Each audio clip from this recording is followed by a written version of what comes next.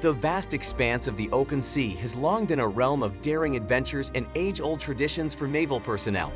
From the heart-pounding thrill of jumping off an aircraft carrier into the water during swim calls to the camaraderie forged over historical alcohol rations, naval culture is a tapestry woven with unique experiences. Jumping off an aircraft carrier into the open water during a swim call is a thrilling activity for Navy sailors, but it also brings about new risks that need to be considered. Unlike swimming in a controlled environment like a pool, the open water presents a whole new food chain, and sailors are not at the top of it. The presence of sharks is a significant concern during swim calls, and sailors need to be cautious about their safety. To ensure the safety of sailors during swim calls, there is typically a gunner stationed on top of the ship, constantly keeping watch for any potential sharks in the vicinity. The gunner must watch for sharks to protect the swimmers. If a shark is seen, the gunner shoots the nearest swimmer, allowing the others time to escape.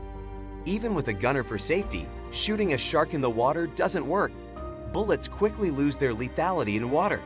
The hydrodynamics of water significantly affect the behavior of bullets. Within a few feet of entering the water, bullets tend to fragment and disintegrate into pieces. The water's resistance quickly slows down the bullets, making them ineffective as a means to stop or harm a shark.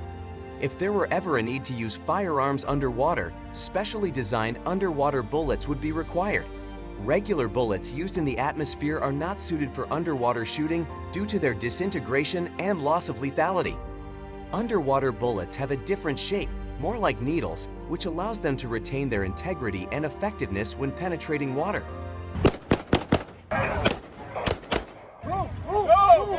How have alcohol consumption regulations changed in modern navies like the United States Navy and the Royal Canadian Navy? Stick around till the end to learn more about it.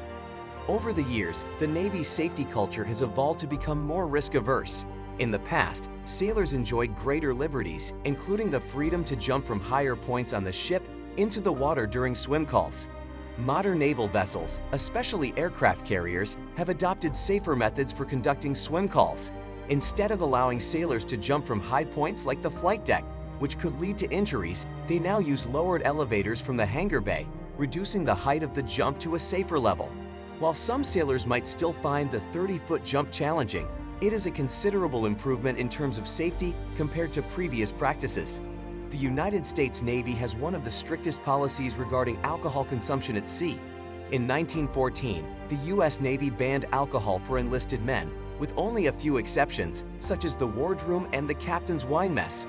Ships could keep a small supply of alcohol on board for medical purposes, but only the captain or the medical officer could distribute it. During World War II, some submarine commanders rewarded their crews with a beer if they sank an enemy warship.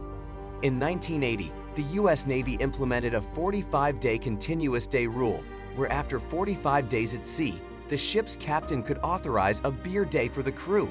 However, alcohol consumption is strictly controlled, and the crew has to wait another 45 days without a port call until the next beer day. The Royal Canadian Navy abolished the rum ration in 1972. However, they allowed the sale of beer on warships from vending machines with a daily limit of 2. After an incident in 2014 where sailors misbehaved while intoxicated on HMCS Whitehorse, the Royal Canadian Navy banned drinking at sea and removed the vending machines. Nowadays, sailors are allowed to have beer on special occasions or when the captain permits it, but consumption is carefully monitored. Don't forget to subscribe to our channel to stay updated on upcoming videos that delve into the mysteries and marvels of our world. We thrive on bringing you thought-provoking content that opens new windows of understanding. Thank you for joining us on this extraordinary expedition, and until next time, fair winds and following seas.